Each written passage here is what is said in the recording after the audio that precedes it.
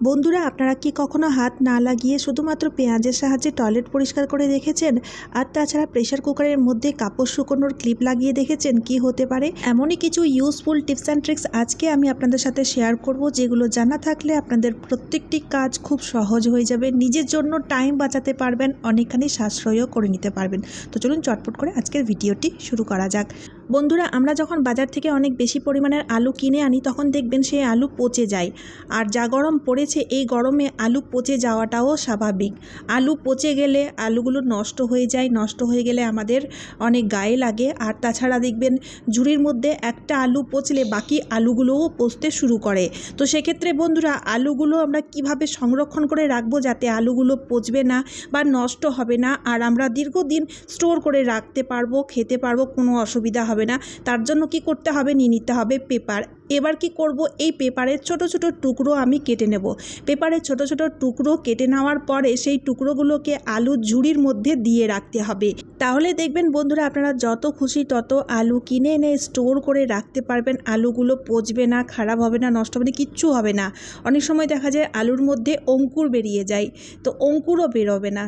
তবে বন্ধুরা, আলুগুলোকে যদি আরও অনেক দিনের জন্য স্টোর করে রাখতে চান তাহলে কি করবেন, পেপারের টুকরোগুলোর একটা লেয়ার বেছাবেন, তারপরে আলুগুলো রাখবেন, তারপর আবার পেপারের টুকরোগুলোর লেয়ার ওয়াইজ রাখবেন। তাহলে দেখবেন আলুগুলো অনেক দিন পর্যন্ত ভালো থাকবে, একদমই নষ্ট হবে না। চলে এলাম পরবর্তী টিপস নিয়ে। বন্ধুরা, আমরা প্রত্যেকেই কিন্তু বাড়িতে টুকিটাকি কিছু ওষুধ রেখেই থাকি। গায়ে হাত পায়ে ব্যথার ওষুধ বা জ্বর জ্বালা বা গ্যাস অম্বলের ওষুধ, এগুলো কিন্তু আমাদের রাখতে হয়। রাত বিরতে কখন কোনটার দরকার পড়ে, তাই আমরা সেই একটা কৌটোর মধ্যে ওষুধগুলোকে একসাথে রেখে দিই। যার ফলে কি হয়, সেই ওষুধের গন্ধগুলো একে অপরের সাথে অনেক সময় মিশে যায়, বা আমরা যখন ওষুধের কৌটোটাকে খুলি তখন দেখবেন ওষুধের একটা উগ্র গন্ধ বেরিয়ে আসে। তো তার জন্য কি করতে হবে, আমাদের নিয়ে নিতে হবে 1 চামচ লবণ। যে লবণ আমরা সবজিতে খেয়ে থাকি সেই লবণই নিতে হবে।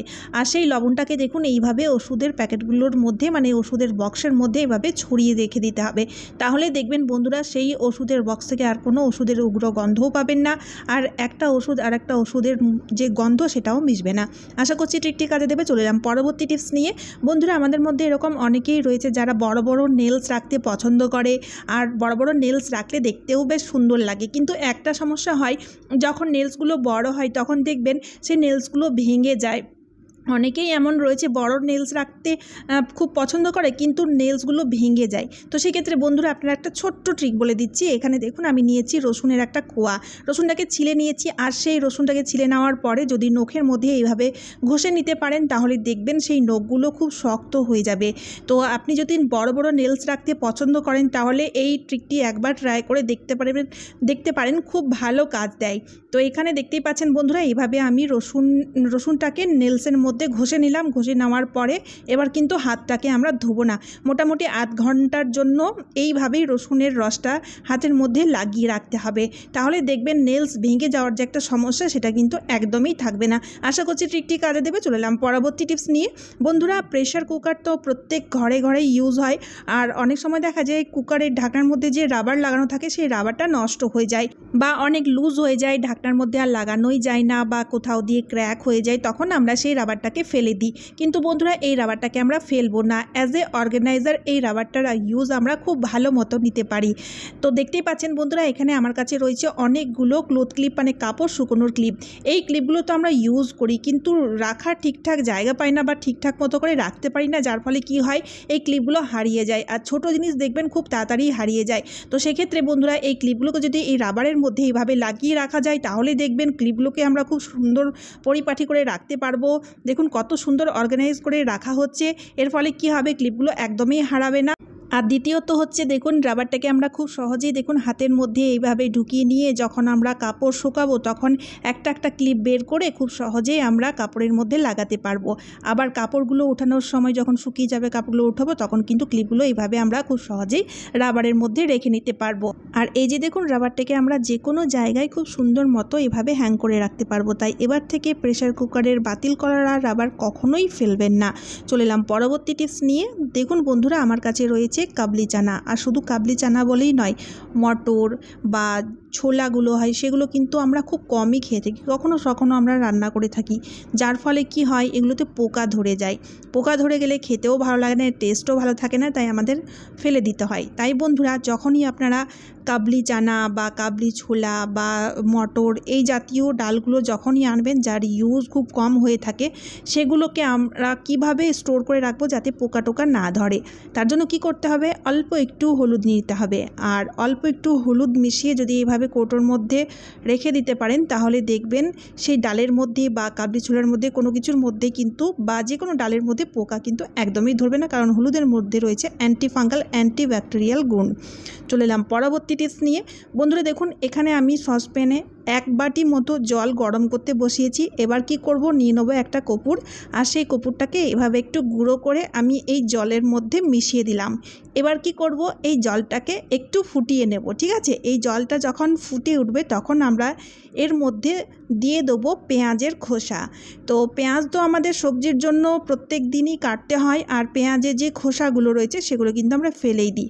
তো বন্ধুরা, এই যে পেঁয়াজের খোসা, এই পেঁয়াজের খোসা না ফেলে আমরা অনেক রকম সলিউশন তৈরি করে বিভিন্ন কাজে ইউজ করতে পারি। তো দেখুন বন্ধুরা, এতটা পরিমাণের পেঁয়াজের খোসা একটা পেঁয়াজ দিয়ে আমরা পেয়ে গেলাম। এবার কি করব, যেহেতু জলটা দেখুন ফুটে উঠেছে, জলটা ফুটে উঠলেই তখন কি করতে হবে, পেঁয়াজের খোসাগুলোকে এই জলের মধ্যে আমাদের দিয়ে এই জলটাকে আরও ভালো মতো ফুটিয়ে নিতে হবে। মোটামুটি 5 থেকে 6 মিনিট মতো এই জলটিকে ফোটাতে হবে, যাতে পেঁয়াজের যে গুণ সেই গুণ যাতে জলের মধ্যে ভালোভাবে মিশে যায়। দেখতেই পাচ্ছেন জলের কালার পুরোপুরিভাবে চেঞ্জ হয়ে গেছে। এই পরিস্থিতিতে আমি গ্যাসটিকে বন্ধ করে দেবো। তারপরে এই জলটিকে আমরা অন্য একটা বাটিতে ছেঁকে নেব। ছেঁকে নেওয়ার পরে জলটিকে আমাদের পুরোপুরিভাবে ঠান্ডা করতে হবে। জলটি ঠান্ডা না হওয়া পর্যন্ত আমরা এই জলটির ইউজ করতে পারবো না। বন্ধুরা, দারুণ একটি সলিউশন তৈরি হয়ে গেছে। ঠান্ডা হয়ে গেলে এই সলিউশনটার ইউজ আমরা নেব টয়লেটে। কারণ বন্ধুরা, আমরা প্রত্যেকেই টয়লেট ইউজ করার পরে শুধুমাত্র একটা ফ্ল্যাশ মেরে দিই, এর বেশি কিন্তু আমরা কিছুই করি না। আর প্রত্যেক দিন টয়লেট ঘষে মেজে পরিষ্কার করাটাও কিন্তু আমাদের পক্ষে সম্ভব না, বা আমাদের কাছে টাইমও থাকে না। কিন্তু এই কোমোটের মধ্যে অনেক ব্যাকটেরিয়া থাকে আর ইনফেকশন ছড়ায়। তো সেক্ষেত্রে বন্ধুরা, আমাদের এই কোমোটটিকে ডিসইনফেক্টেড করাও কিন্তু খুব দরকার। তো সেক্ষেত্রে বন্ধুরা, এই যে সলিউশনটি আমি তৈরি করেছি, এই সলিউশনটির সাহায্যে আমরা টয়লেটটাকে পুরোপুরিভাবে ডিসইনফেক্টেড করে নিতে পারবো। তো দেখুন বন্ধুরা, যেহেতু পেঁয়াজ আর কর্পূর মিশিয়ে এই সলিউশনটা তৈরি করেছি, তাই খুব পাওয়ারফুল সলিউশন। আর এই পাওয়ারফুল সলিউশনটিকে আমরা কোমোট সমেত কোমোটের চারিপাশে এইভাবে ঢেলে দেবো, আর 1 ঘন্টার জন্য রেখে দিতে হবে। মানে 1 ঘন্টা পর্যন্ত এই টয়লেটের ইউজ আপনারা কেউই নিতে পারবেন না। ঠিক আছে, তো বন্ধুরা, অনেক সময় দেখা যায় আমরা বাইরে কোথাও যাই বা ট্রাভেলিংয়ে থাকি, তখন আমাদের পাবলিক টয়লেট ইউজ করতে হয়। তো সেক্ষেত্রে বন্ধুরা, পাবলিক টয়লেট ইউজ করলে অনেক সময় ইনফেকশনও ছড়ায়, আর ইউরিন ইনফেকশনের মতো বিভিন্ন রকম রোগের শিকারও হয়ে থাকি।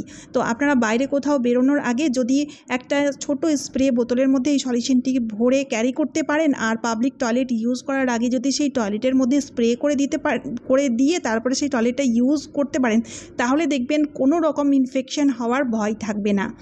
তো অবশ্যই করবেন। আর বাড়িতে করলে সপ্তাহে 2 থেকে 3 দিন এইভাবে কোমরটাকে ডিসইনফেক্টেড করে নেবেন।